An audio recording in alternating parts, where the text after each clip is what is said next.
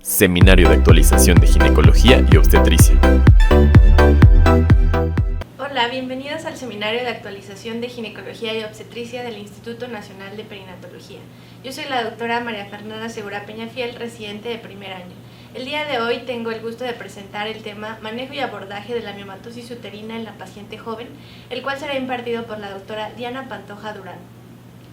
Muy buenos días, yo soy la doctora Diana Pantoja Durán, soy residente de ginecología y obstetricia del Instituto Nacional de Perinatología y el día de hoy hablaremos acerca del manejo y el abordaje de la miomatosis uterina en la paciente joven con deseos de preservación de la fertilidad. En relación a los objetivos de esta presentación serán describir el abordaje diagnóstico de la miomatosis uterina. Asimismo, se analizarán las opciones terapéuticas de la miomatosis uterina en la mujer con deseos de preservación de la fertilidad y puntualizar cuáles son los resultados del tratamiento en la fertilidad de las pacientes. En relación a los contenidos, vamos a hablar acerca de la definición de la miomatosis uterina, la epidemiología, la etiopatogenia y el diagnóstico, y abordaremos el diferente arsenal que podemos utilizar en estas pacientes en relación al tratamiento, que podemos realizar un manejo expectante, farmacológico y quirúrgico. En relación a la definición, tenemos que los miomas o la miomatosis uterina es una condición que consiste en la formación de tumores de origen monoclonal, los cuales son hormonodependientes y se originan a partir del músculo liso del miometrio. Estos tienen una prevalencia global de hasta el 77% en mujeres en edad reproductiva. En aquellas mujeres que llegan a los 50 años, hasta el 80% de las mujeres con ascendencia africana tienen miomatosis uterina, mientras que en mujeres con ascendencia caucásica, esta tasa puede disminuir hasta el 70%. Aquí recae la importancia de conocer la miomatosis uterina, debido a que representa hasta el 29% de los ingresos hospitalarios por razón ginecológica en mujeres jóvenes, menores de 45 años, y esta representa hasta el 30% de las causas de la histerectomía en mujeres de 18 a 44 años, y tiene únicamente en Estados Unidos un costo anual de 34,000 millones de dólares. Debido a que no contamos con estudios epidemiológicos en nuestro país, presento los siguientes epidemiológicos de nuestro instituto, en donde podemos observar que hubo una disminución de los ingresos hospitalarios por indicación de miomatosis uterina en el 2020. Esto se debió a la pandemia causada por COVID-19. Sin embargo, en el 2021 se pudo observar un aumento de los ingresos por esta causa, y esto se observó en mujeres menores de 40 años y en mujeres mayores de 40 años. Para el periodo del 2022, entre enero y julio, se encontró que hubo un aumento también de los ingresos, donde se encontró que 207 mujeres fueron ingresadas y estas eran menores de 40 años únicamente por el diagnóstico de miomatosis uterina. Sin embargo, en mujeres mayores de 40 años se encontró que estos ingresos aumentaban incluso de forma exponencial, siendo de 277 en lo que cursó de este periodo del 2022. Aquí podemos observar también cuáles fueron los procedimientos quirúrgicos que se realizaron en nuestro instituto, de acuerdo a los años. En el último periodo, lo que podemos observar es que la tendencia es que se prefiere un abordaje de mínima invasión, en donde la indicación suele ser la histerectomía laparoscópica, seguida de la histerectomía abdominal. Estas histerectomías fueron realizadas por indicación exclusiva de miomatosis uterina. Ahora hablaremos acerca de los factores de riesgo. La miomatosis uterina es una condición que está favorecida por diferentes factores. A esto se le conoce como una enfermedad o una condición multifactorial. Esta está favorecida por la edad. A mayor edad, mayor riesgo de presentar miomatosis uterina. Asimismo, aquellas pacientes que cursan con diagnóstico de hipertensión u obesidad también favorecen a que generen miomatosis uterina de difícil control.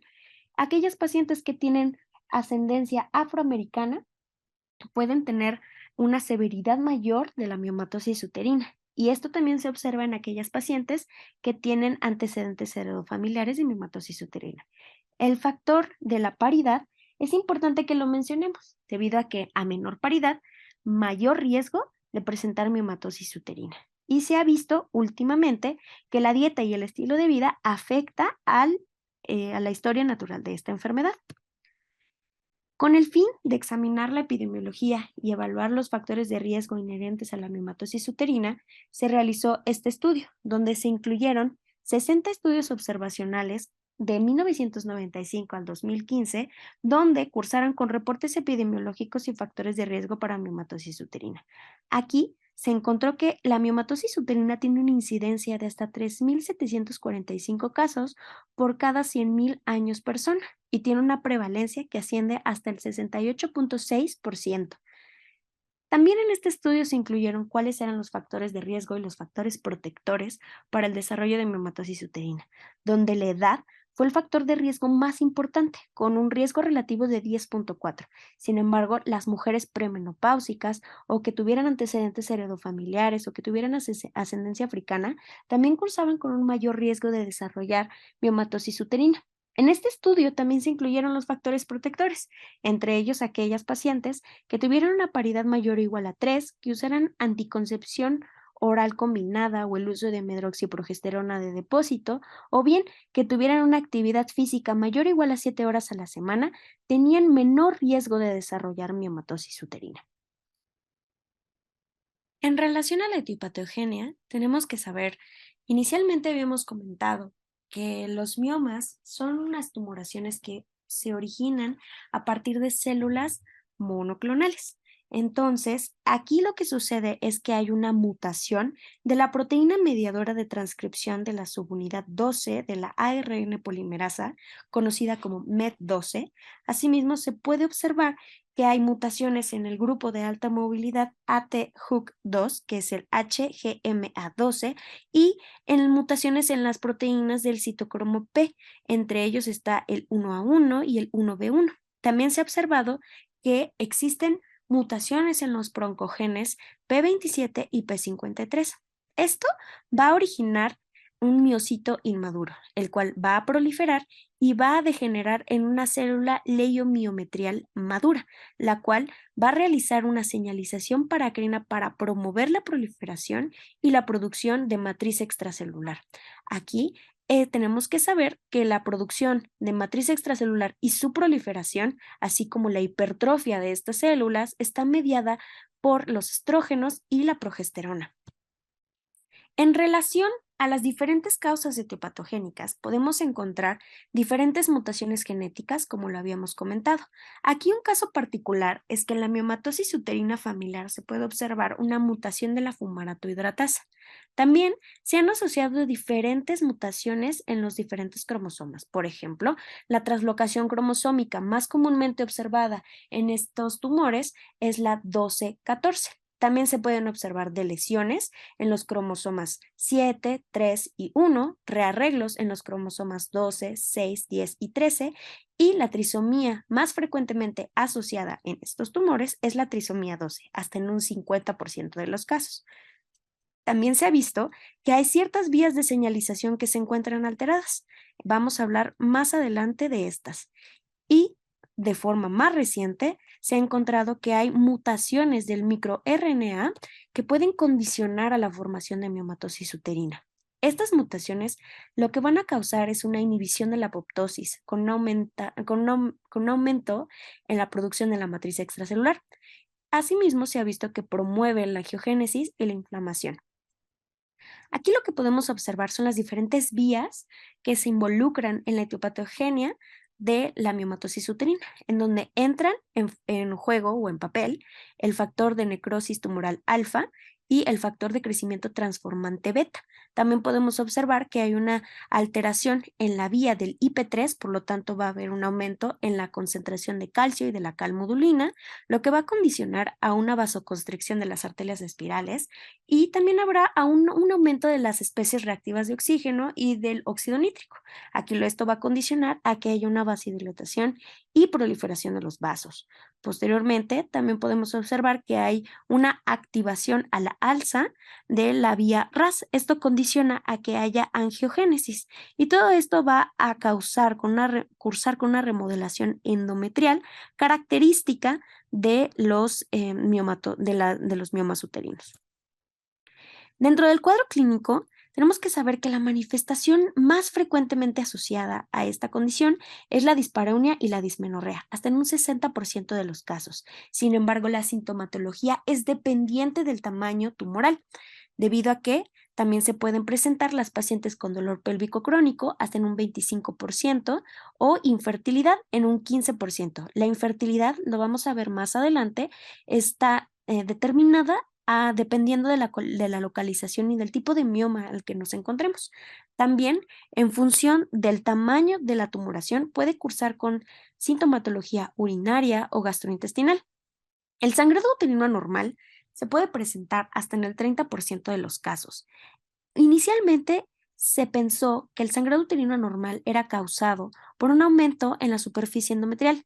Sin embargo, la teoría actualmente más aceptada es que se debe a una ectasia vascular y a una angiogénesis aumentada, lo cual también favorece a una disminución del factor inhibidor del plasminógeno tipo 1, condicionando a un sangrado excesivo. En relación a la fertilidad, debemos conocer que hasta el 5 al 10% de las mujeres con infertilidad tienen algún tipo de miomas. Sin embargo, la causalidad de estos miomas en relación a la infertilidad es hasta el 4% únicamente, y esta está proporcionada debido a la distorsión de la cavidad endometrial. En caso de que los miomas se encuentren muy cercanos al ostium tubarículo, pueden obstruir y pueden alterar el transporte de los gametos. También puede haber un aumento en la contractilidad uterina y una alteración en el suministro sanguíneo endometrial. En relación al microambiente, también se ha visto que hay una disminución del factor inhibidor de leucemia y de la interleucina 11. También se ha visto que hay una proliferación de los macrófagos y una disminución de la relación de los natural killers. Todo esto favorece a un endometrio hostil que dificulta la implantación del blastocisto. Por lo tanto, las pacientes pueden cursar con infertilidad o pérdida gestacional recurrente. En el embarazo, esta tiene una prevalencia del 10% y solo el 20% van a cursar con un aumento de tamaño. La miomatosis uterina es un factor independiente para el desarrollo de desenlaces perinatales adversos. Entre ellos se encuentra la malpresentación por fetal, el parto pretérmino, el nacimiento por cesárea y el desprendimiento prematuro de placenta normo inserta. También tenemos que saber que aumenta el riesgo de hemorragia obstétrica y de placenta previa. Las indicaciones de miomectomía en el embarazo no son consistentes y no son consistentes en relación a toda la bibliografía publicada. Únicamente se indica en aquellas pacientes que cursan con dolor pélvico debido a la degeneración rubra o bien que tienen una torsión de un mioma subseroso. Si no, no se encuentra indicada. También se ha visto que el realizar una cesárea con miomectomía aumenta el riesgo de morbilidad en relación a la hemorragia obstétrica y la histerectomía obstétrica. Por lo tanto, está contraindicada la miomectomía durante la cesárea. Para poder realizar el diagnóstico, inicialmente tenemos que realizar una exploración física minuciosa en nuestra paciente. Esto nos podemos hacer uso de la exploración bimanual, en donde nos va a favorecer a valorar el tamaño, el contorno y la movilidad del útero. El tamaño se va a expresar en el equivalente a semanas del útero gestante. Por ejemplo, un fondo uterino que se encuentra justo por arriba de la sínfisis del pubis equivale a un útero de 12 semanas. Cuando éste se encuentra entre la sínfisis del pubis y la cicatriz umbilical, se equivale a un útero de 16 semanas. Y cuando éste alcanza la cicatriz umbilical o la rebasa, lo vamos a expresar como un útero de 20 semanas. También se debe realizar la especuloscopía en relación a la búsqueda intencionada de un mioma prolapsado o de un mioma cervical. El ultrasonido es la prueba diagnóstica inicial de elección. Este es operador dependiente y tiene una sensibilidad y una especificidad alta, con una sensibilidad de 93% y una especificidad de 91%, con un valor predictivo positivo del 97% y un valor predictivo negativo del 78%. Los miomas uterinos se pueden observar como lesiones que están bien circunscritas y que pueden ser heterogéneas, y a la aplicación del Doppler color, como podemos observar en la imagen B, cuentan con una hipervascularidad periférica. En un esfuerzo para poder determinar La localización y la clasificación de los miomas, la Federación Internacional de Ginecólogos y Obstetras realizó la siguiente clasificación en el 2011, en donde se agrupó los miomas de acuerdo a su localización, siendo los submucosos aquellos que se encontraban en el 0, 1, 2 y 3, y los intramurales aquellos que se encontraban en la clasificación 4, 5 y 6. Los subserosos son aquellos que están únicamente en contacto con la subserosa, en aquellos que se encuentra, por ejemplo, un subseroso pedunculado o un cervical. También podemos tener otra clasificación de miomas, como por ejemplo los miomas híbridos. Estos se van a expresar de acuerdo a la clasificación de la FIGO con dos números, los cuales van a estar separados por un guión, siendo que el primer dígito se va a referir a la relación que guarda el mioma con el endometrio y el segundo dígito se va a referir a la relación que guarda con la serosa. La sonohisterografía nos sirve para distinguir entre los miomas que son FIGO 1, 2 y 0. Este tiene una sensibilidad del 89% y una especificidad del 60%, con un alto valor predictivo positivo y un alto valor predictivo negativo. Aquí lo importante que tenemos que saber es que la sonohisterografía nos ayuda también a la diferenciación en aquellos pólipos endometriales. La histeroscopía es un método diagnóstico y terapéutico de mínima invasión que nos ayuda a distinguir entre los miomas FIGO 2 y 3.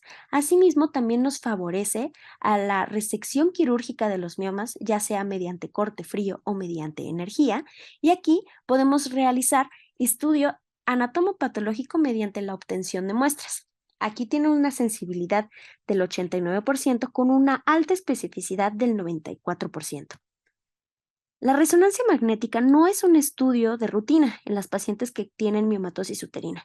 Sin embargo, esta se puede realizar en aquellos casos donde el diagnóstico de miomatosis uterina se encuentre dudoso o bien estemos ante la sospecha de un leiomiosarcoma, así como para la planificación de la miomectomía.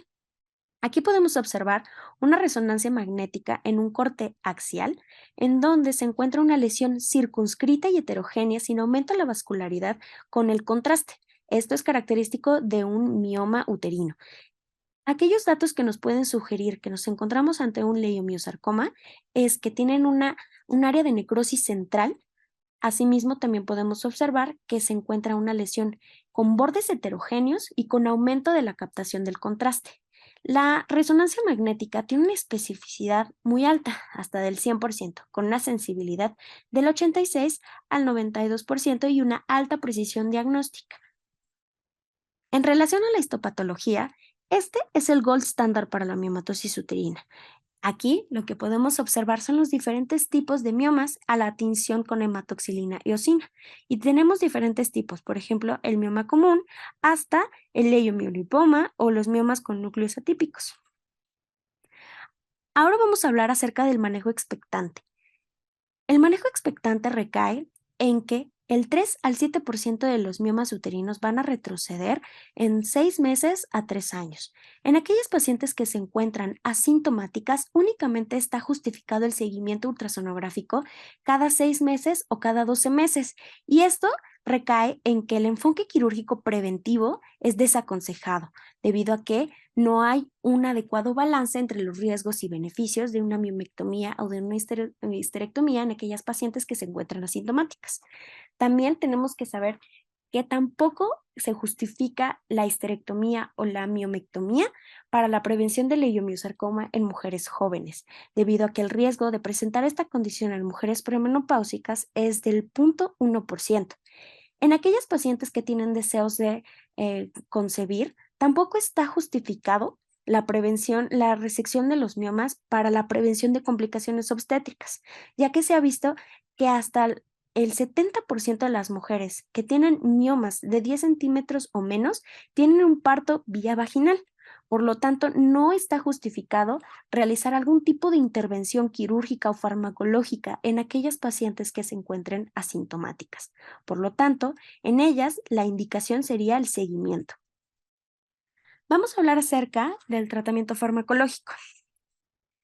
Inicialmente, el tratamiento farmacológico podemos hablar del dispositivo intrauterino de levonorgestrel, usualmente conocido como el Mirena. Esta tiene una tasa de expulsión en población general del 3%. Sin embargo, en aquellas pacientes que cursan con distorsión de la cavidad endometrial, como es en el caso de los miomas de grandes elementos, la tasa de expulsión puede ascender hasta el 11%. Su mecanismo de acción recae en que induce la desidualización y la atrofia endometrial. Sin embargo, no va a tener un efecto en el tamaño de los miomas. Dentro de los efectos adversos conocidos del dispositivo intrauterino liberador de levonorgestrel se encuentra el spotting o manchado, el aumento de los quistes ováricos y la menorrea, que se puede observar hasta en el 67% de las pacientes.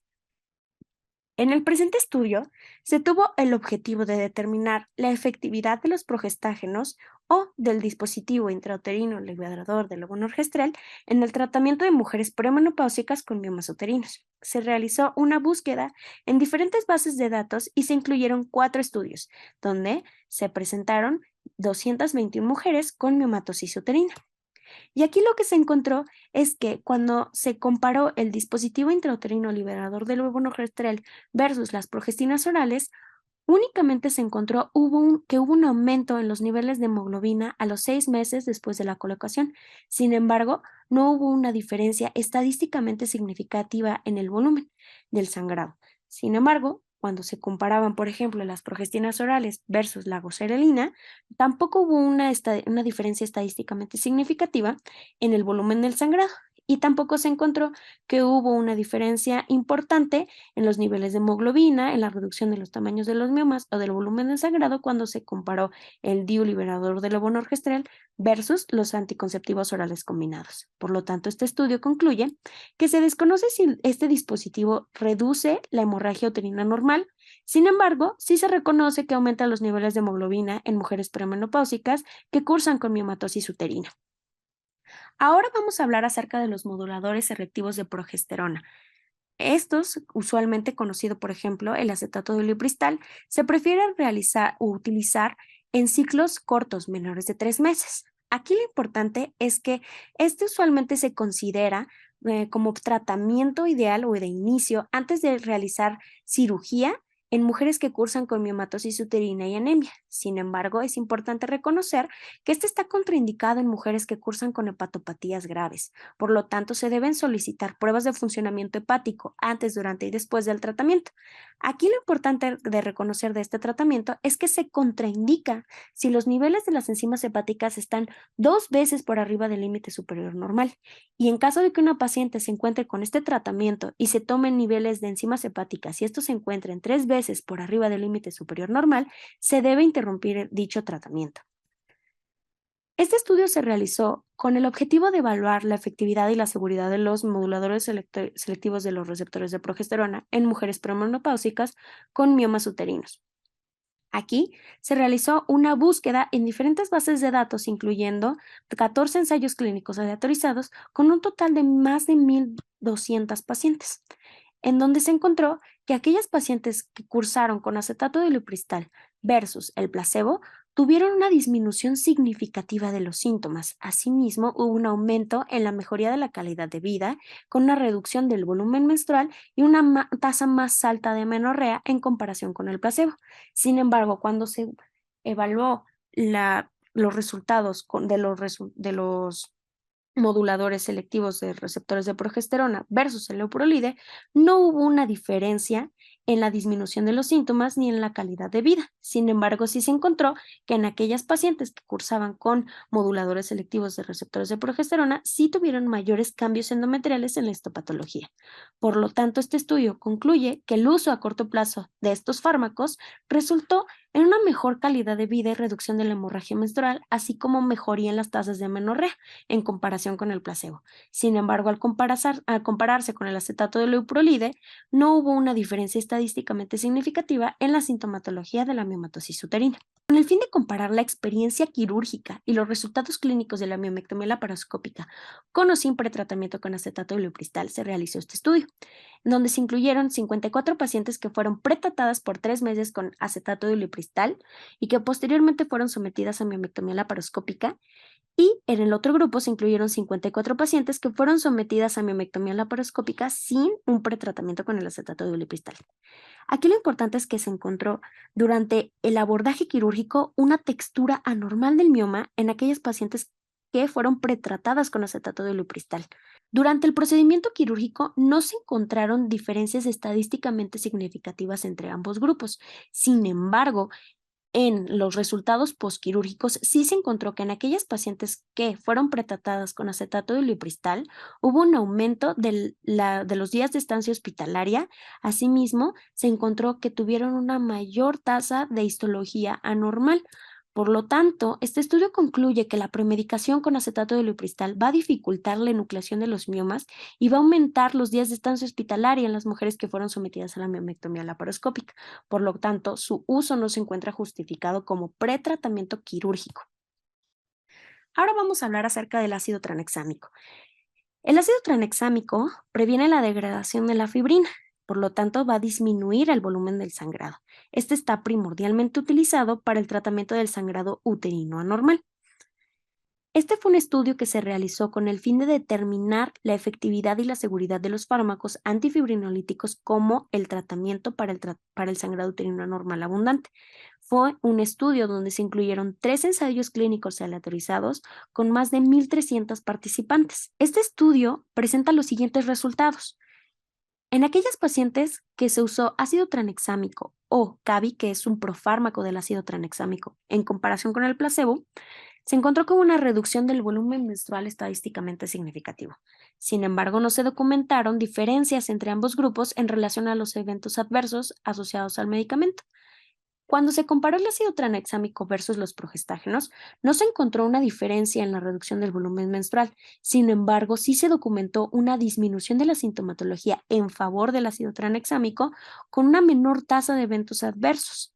Al momento de que se comparó el ácido tranexámico con el entamcilato, también se favoreció el uso del ácido tranexámico en función de la reducción del volumen menstrual. Sin embargo, al compararse el ácido tranexámico con el dispositivo intrauterino de levonorgestrel, hubo una menor mejoría sintomática. Por lo tanto, este estudio va a concluir con que el tratamiento antifibrinolítico es efectivo para el tratamiento del sangrado uterino anormal en comparación con el placebo, los analgésicos no esteroideos y los progestágenos orales, así como el etamcilato, pero puede ser menos efectivo que el dispositivo intrauterino liberador de levonorgestrel. Ahora vamos a hablar acerca de los agonistas de GnRH. Estos van a inducir el hipogonadismo hipogonadotrópico. Por lo tanto, van a mejorar la dismenorrea, el sangrado uterino anormal y van a mejorar la calidad de vida. Aquí se ha visto que al momento de interrumpir la terapia, se puede observar una regresión de los miomas en función del tamaño y del número en un periodo de 3 a 9 meses posterior a que se interrumpió el tratamiento. Algunos de los medicamentos que se encuentran en este grupo es la goserelina, la leuprolida y la triptorelina. Este estudio fue realizado con el objeto de evaluar la efectividad y la seguridad de los tratamientos médicos antes de la cirugía de los miomas uterinos. Aquí se incluyeron 8 ensayos clínicos aleatorizados con más de 3,600 mujeres. Aquí se observó que estos medicamentos tuvieron un aumento de la reducción del volumen uterino, así como del tamaño de los miomas, con un aumento de la hemoglobina preoperatoria. Sin embargo, se encontró que no hay una diferencia estadísticamente significativa en el riesgo de transfusión o complicaciones postoperatorias. Y se encontró que en estos pacientes que usaron estos fármacos hubo un aumento del riesgo de presentar sintomatología vasomotora, como en el caso de los sofocos. Por lo tanto, este estudio concluye que el uso de los análogos de GnRH preoperatorios van a reducir el volumen uterino y aumentan los niveles de hemoglobina, aunque también pueden aumentar la sintomatología vasomotora. Ulteriormente vamos a hablar acerca de los antagonistas de la GnRH. Estos van a bloquear los receptores de GnRH y dentro de sus efectos adversos son similares a los agonistas de la GnRH, debido a que pueden inducir sintomatología vasomotora en las pacientes, dislipidemia y pérdida de la densidad mineral ósea. En este estudio se tuvo el objeto de evaluar cuál era la eficacia y la seguridad del Elagolix con la terapia complementaria versus el placebo en el tratamiento de aquellas pacientes que cursaban con sangrado uterino anormal causada por leiomiomatosis, y estas mujeres fueron premenopáusicas. Fue un ensayo clínico aleatorizado doble ciego donde se incluyeron 567 pacientes, de las cuales fueron divididas en dos tipos de pacientes: aquellas que recibieron placebo y aquellas que recibieron el Elagolix únicamente o el Elagolix a dosis bajas y a dosis altas combinados con el acetato de noretindrona. En la siguiente gráfica que podemos observar, se relaciona la dosis del Elagolix, así como su uso combinado con el acetato de noretindrona, y su efecto sobre el sangrado uterino normal. Y aquí lo que podemos observar es que la terapia con el Elagolix efectivamente redujo el volumen menstrual, sin embargo, a mayores dosis, mayor reducción de este sangrado uterino. Sin embargo, también se documentó aquí que se hizo una comparación entre aquellas pacientes que estaban con tratamiento combinado con acetato de noretindrona y aquellas que solo tenían el Elagolix. Y se encontró que en aquellas pacientes con la terapia combinada tuvieron una menor pérdida de la densidad mineral ósea en comparación con aquellas pacientes que cursaron con el tratamiento únicamente con el Elagolix. Por lo tanto, este estudio concluye que el Elagolix con y sin complemento efectivamente reduce la pérdida de sangre menstrual en mujeres con miomatosis uterina de forma significativa. Sin embargo, la terapia complementaria va a reducir los efectos hipoestrogénicos sobre la densidad mineral ósea. Por lo tanto, se recomienda que se utilice una terapia combinada en estas pacientes. En el presente estudio se tuvo el objeto de analizar cuál era el papel de los análogos de GnRH para la reducción de los miomas o mucosos como facilitador de la esteroscopia quirúrgica. Se analizaron 4 ensayos clínicos aleatorizados con 213 pacientes, y aquí lo importante que se encontró en este estudio es que no hubo una diferencia estadísticamente significativa en la resección completa del mioma submucoso, ni en el tiempo operatorio, en la absorción de líquidos o en la tasa de complicaciones. Por lo tanto, la presente revisión no apoya el uso preoperatorio de rutina de los análogos de GnRH antes de la miomectomía histeroscópica. Ahora vamos a hablar acerca del tratamiento quirúrgico en pacientes con miomatosis uterina que tienen deseos de preservación de la fertilidad. Inicialmente vamos a hablar acerca de la miomectomía por histeroscopía. Este es un método terapéutico de mínima invasión donde nos permite retirar miomas submucosos menores de 5 centímetros, con una tasa de éxito de hasta el 94%. Sin embargo, también se ha documentado que tiene una recurrencia del 20%. Este abordaje favorece un incremento en la tasa de embarazos del 27 al 43%. Sin embargo, es importante que reconozcamos que hasta el 21% de las pacientes van a requerir una reintervención quirúrgica en menos de 4 años. Aquí lo importante que tenemos que reconocer es que hay un riesgo inherente de perforación uterina. Por lo tanto, el grosor miometrial ideal debe ser de 5 a 10 milímetros. Dentro de las complicaciones que se pueden observar en este abordaje, tenemos aquellas que son a corto y a largo plazo. A largo plazo, podemos observar, sobre todo en aquellos miomas que son de gran tamaño o que son de gran número, podemos observar sinequias e infertilidad, sobre todo dependiendo del nivel de la energía que se use. Si se utiliza energía monopolar, puede ser de hasta el 45%, en comparación con la energía bipolar, que es del 7.5%. Dentro de las complicaciones a corto plazo, se pueden observar primordialmente la laceración cervical, la endometritis y la perforación uterina. De menor riesgo se puede observar hemorragia y la intravasección del medio de distensión, y el embolismo gaseoso es un riesgo teórico debido a que ya no se utilizan métodos gaseosos para la distensión uterina durante la histeroscopía. Este estudio tuvo el objetivo de evaluar cuáles eran los resultados de la fertilidad y el embarazo en pacientes infértiles después de una miomectomía histeroscópica. Fue un estudio de tipo prospectivo y descriptivo donde se incluyeron 57 pacientes con al menos un mioma uterino submucoso, las cuales fueron sometidas a histeroscopia quirúrgica con resectoscopio. Dentro de los resultados de este estudio es que demostraron que en el primer año postoperatorio se presentó un embarazo de una tasa de embarazo del 30.4% de las pacientes. La mayor proporción de embarazos se produjo tras la extirpación de los miomas submucosos tipo 1 y sobre todo en aquellos miomas que eran menores a 3 centímetros y aquellos que se encontraban localizados en la pared posterior del cuerpo uterino. El aborto espontáneo ocurrió en el 7.1% de los embarazos, mientras que el parto ocurrió en el 19.6% de los embarazos. El parto pretérmino se suscitó en el 16% de las mujeres, mientras que el parto vaginal ocurrió en el 14.3% de las mujeres. Y la cesárea se realizó en el 5.4% de las mujeres. Aquí lo importante es que no hubo una diferencia estadísticamente significativa en las tasas de embarazo y parto según el tipo, tamaño y localización del mioma o bien de otras lesiones endometriales como el pólipo endometrial. Por lo tanto, este estudio concluye que para pacientes que cursan con infertilidad, la cual es causada por un mioma submucoso, la miomectomía estereoscópica aumenta la tasa de embarazo y conduce a buenos resultados reproductivos. Otro abordaje que podemos utilizar para la miomectomía es la miomectomía abierta o miomectomía por laparoscopía. Dentro de las indicaciones se encuentran aquellos miomas que son miomas subserosos o intramurales mayores a 8 centímetros con un número de 3 a 6. Este no es un procedimiento inocuo, ya que se encuentran entre los riesgos la hemorragia y la formación de adherencias, sobre todo si se realiza una incisión de tipo posterior, que es esto se puede presentar hasta en el 94% de las pacientes. También se establece un riesgo teórico de ruptura uterina en el embarazo posterior a la miomectomía. Sin embargo, pues es importante que reconozcamos que en la bibliografía publicada este riesgo es menor al 1% y su riesgo de recurrencia en relación a la miomatosis uterina es del 23%, el cual es equivalente a la miomectomía laparoscópica, como vamos a ver más adelante.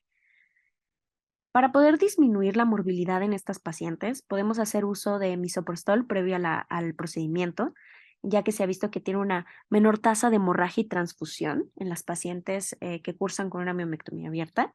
También podemos realizar la aplicación intramiometrial de vasopresina, bupivacaína o epinefrina. También podemos realizar la colocación de un torniquete pericervical o la colocación de matriz de Thombrina, esto con el fin de reducir el riesgo de la hemorragia. Este estudio se realizó con el fin de determinar si la cantidad de miomas extirpados durante la miomectomía abierta afecta los resultados de la fertilidad a largo plazo en mujeres que se encuentran en edad reproductiva. Fue un estudio de corte retrospectivo donde se incluyeron 144 pacientes, las que fueron sometidas a miomectomía y posteriormente intentaron concebir. Aquí lo importante es que se reconoce que en aquellas pacientes que se retiraron menos de 6 miomas, tuvieron una mayor tasa de concepción y de recién nacidos vivos en comparación con aquellas que se retiraron 6 miomas o más, como podemos observar en la siguiente tabla.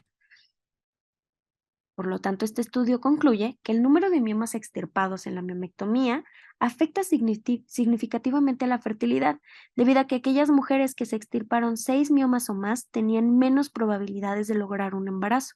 Y esto es algo que tenemos que explicarle a las pacientes, debido a que la expectativa reproductiva depende de las condiciones que tenga cada paciente. Ahora hablaremos acerca de la miomectomía laparoscópica. Este es un procedimiento quirúrgico de alta complejidad en donde se realiza la resección de miomas subserosos intramurales que miden menos de 9 centímetros con un número limitado de 2 a 3 miomas. Como habíamos visto previamente, tiene una tasa de recurrencia equivalente a la miomectomía abierta. Este es del 27%.